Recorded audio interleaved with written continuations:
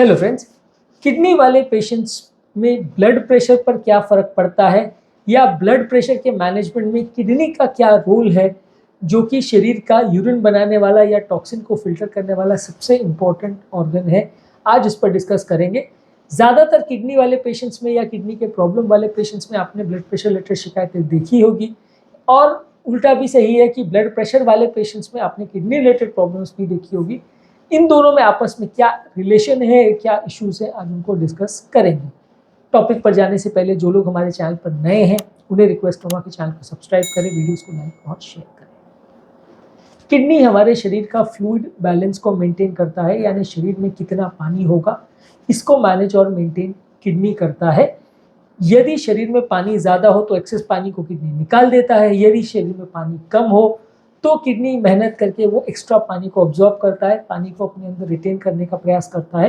तो basically kidney जो है पानी संबंधित सारे सिस्टम्स को मैनेज और मेंटेन करने में सबसे ज़्यादा रोल प्ले करता है। किडनी अगर सही से काम कर रही हो तो पानी का रेगुलेशन मेंटेन करना मुश्किल है। वहीं अगर किसी भी कारण से, चाहे हार्ट फेलियर हो या किडनी फेलियर हो, यदि किसी व्यक्ति का किडनी सही काम नहीं कर रहा है तो शरीर में पानी का मेंटेनेंस गड़बड़ हो जाता है। आप जरा भी ज़्यादा पानी लोगे तो लंग्स में और पूरे शरीर में पानी भर जाता है। आप पानी कम लोगे तो ब्लड प्रेशर कम हो जाता है, बॉडी का सिस्टम गड़बड़ा जाता है। तो बॉडी का पूरा पानी का जो मैनेजमेंट है वो काफ़ी हद तक किडनी पर डिपेंडेंट है।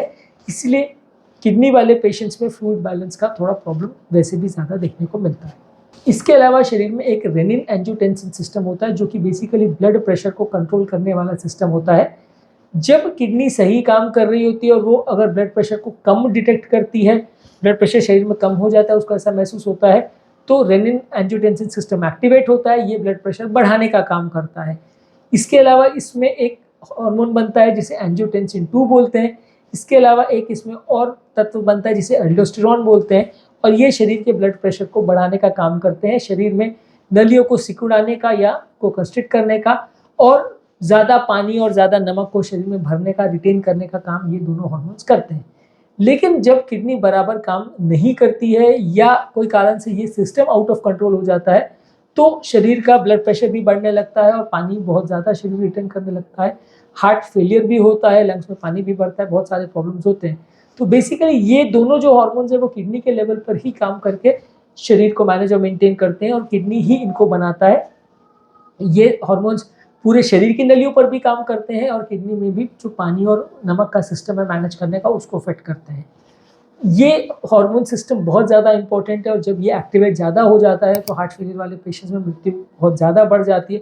इस सिस्टम को जब हम दवाओं से अच्छी तरह से कंट्रोल करते हैं, जैसे कि AC inhibitor medicine, ARB medicine यानी एंजियोटेंसिन रिसेप्टर ब्लॉकर मेडिसिन, या आर्नी जो वैल्सर्टन सैगब्रिटल कॉम्बिनेशन है, या स्पाइनोलैक्टोन जो कि एल्डोस्टेरोन एंटागोनिस्ट है, ये सारे मेडिसिन को जब हम शरीर में लेते हैं तो ये हमारे शरीर में मृत्यु दर को कम करती है हार्ट फेलियर में, क्योंकि यही सिस्टम को ये सप्रेस करती है। हार्ट फेलियर में ये सिस्टम ओवर एक्टिव हो जाता है, जिसकी वजह से मृत्यु दर कई गुना बढ़ जाता है।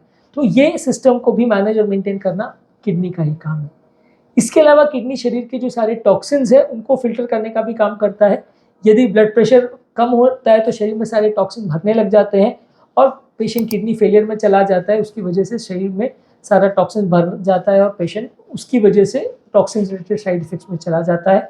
यदि ब्लड प्रेशर अच्छी तरह से मेंटेन्ड है और किडनी अपना बराबर तरह से काम कर रहे हैं तो ये सारा जो टॉक्सिन्स है या सारा वॉल्यूम जो है वो फिल्टर बराबर होता रहेगा, किडनी अगर अच्छे से काम कर रही है तो।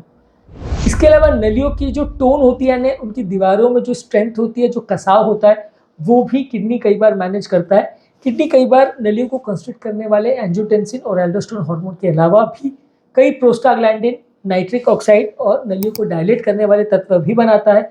ये तत्व जब काम करते हैं तो ये नली को डायलेट करते हैं। जब ये तत्व कम हो जाता है और एंजियोटेंसिन सिस्टम एक्टिवेट हो जाता है तो नलियों को कंस्ट्रिक्ट करता है। इसी तरीके से किडनी अपने खुद का ब्लड वॉल्यूम को भी मैनेज करता है, यानी किडनी के अंदर कितना ब्लड आ रहा है नलियों द्वारा और कितना ब्लड जा रहा है, इसको भी मैनेज वो इसी तरह से करता है। जब उसको ज़्यादा ब्लड की ज़रूरत होती है तो प्रोस्टाग्लैंडिन वगैरह को भेज के नलियों को डायलेट करता है। जब उसको कम ब्लड की ज़रूरत होती है तो वो एंजियोटेंसिन सिस्टम को एक्टिवेट करके नलियों को कंस्ट्रिक्ट करता है। तो अपने खुद के ब्लड को रेगुलेट करने में भी, अभी खुद के ब्लड को भी मैनेज करने में किडनी अपना ही काम सिस्टम मैनेज कर लेती है। यानी ब्रेन से तो इंस्ट्रक्शंस आते ही हैं, ब्रेन तो मैनेज करता ही है, लेकिन किडनी अपने लेवल पर भी शरीर का ब्लड प्रेशर को मैनेज करना और अपने खुद के ब्लड फ्लो को भी मैनेज करने का काम कर सकती है। उसके अंदर भी इस तरह के मैकेनिज्म्स होते हैं।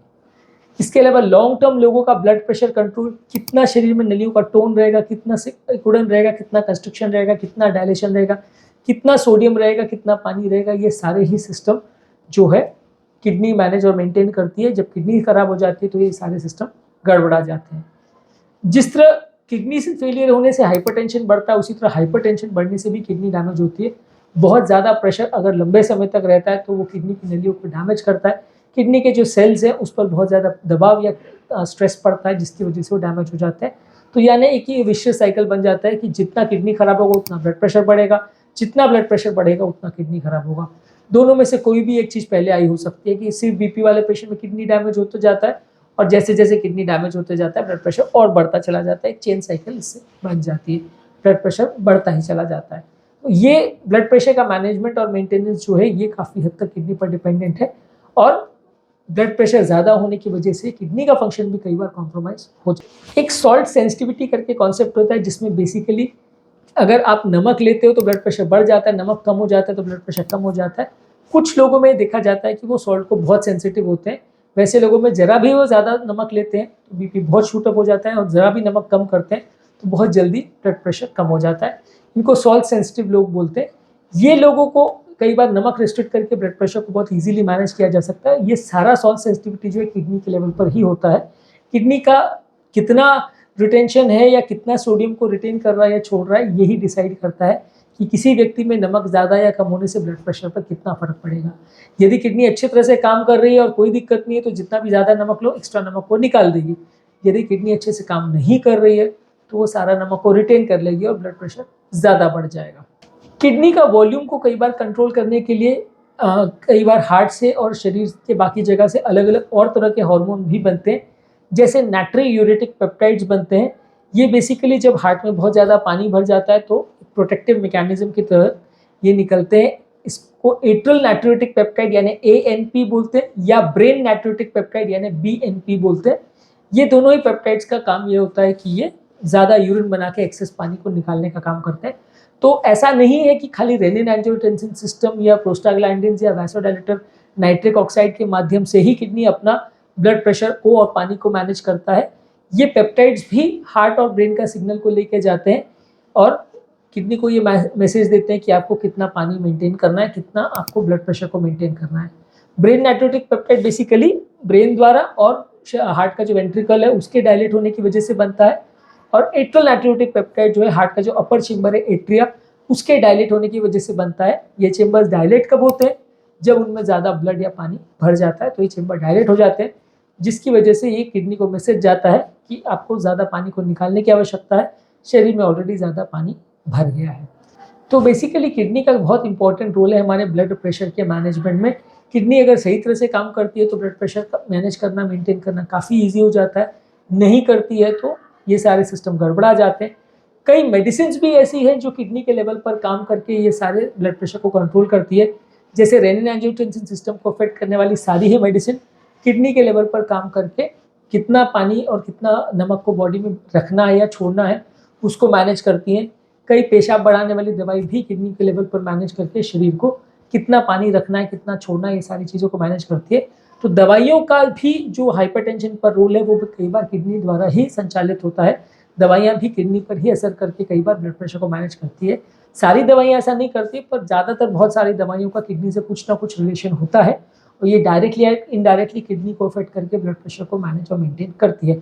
दवाइयों के मैनेजमेंट में या उनके डोजेज के नियंत्रण में भी किडनी का काफ़ी योगदान होता है। जब ये दवाइयों को किडनी सही तरह से काम करता है तो रिक्वायरमेंट कम होती है दवाइयों की। जब नहीं करता है या किडनी फेलियर में चली जाती है तो ये सारी पीपी की दवाइयाँ बहुत हाई डोज में देनी पड़ती है ताकि वो ब्लड प्रेशर को मेंटेन कर सके। कई ऐसी दवाइयाँ ऐसी भी है जो ब्लड प्रेशर के लिए हम वैसे नॉर्मली लोगों में देते हैं, लेकिन जब किडनी फेल हो जाए तो ये दवाइयाँ पूरी तरह से बैन या मना हो जाती हैं क्योंकि नुकसान करने लगती हैं।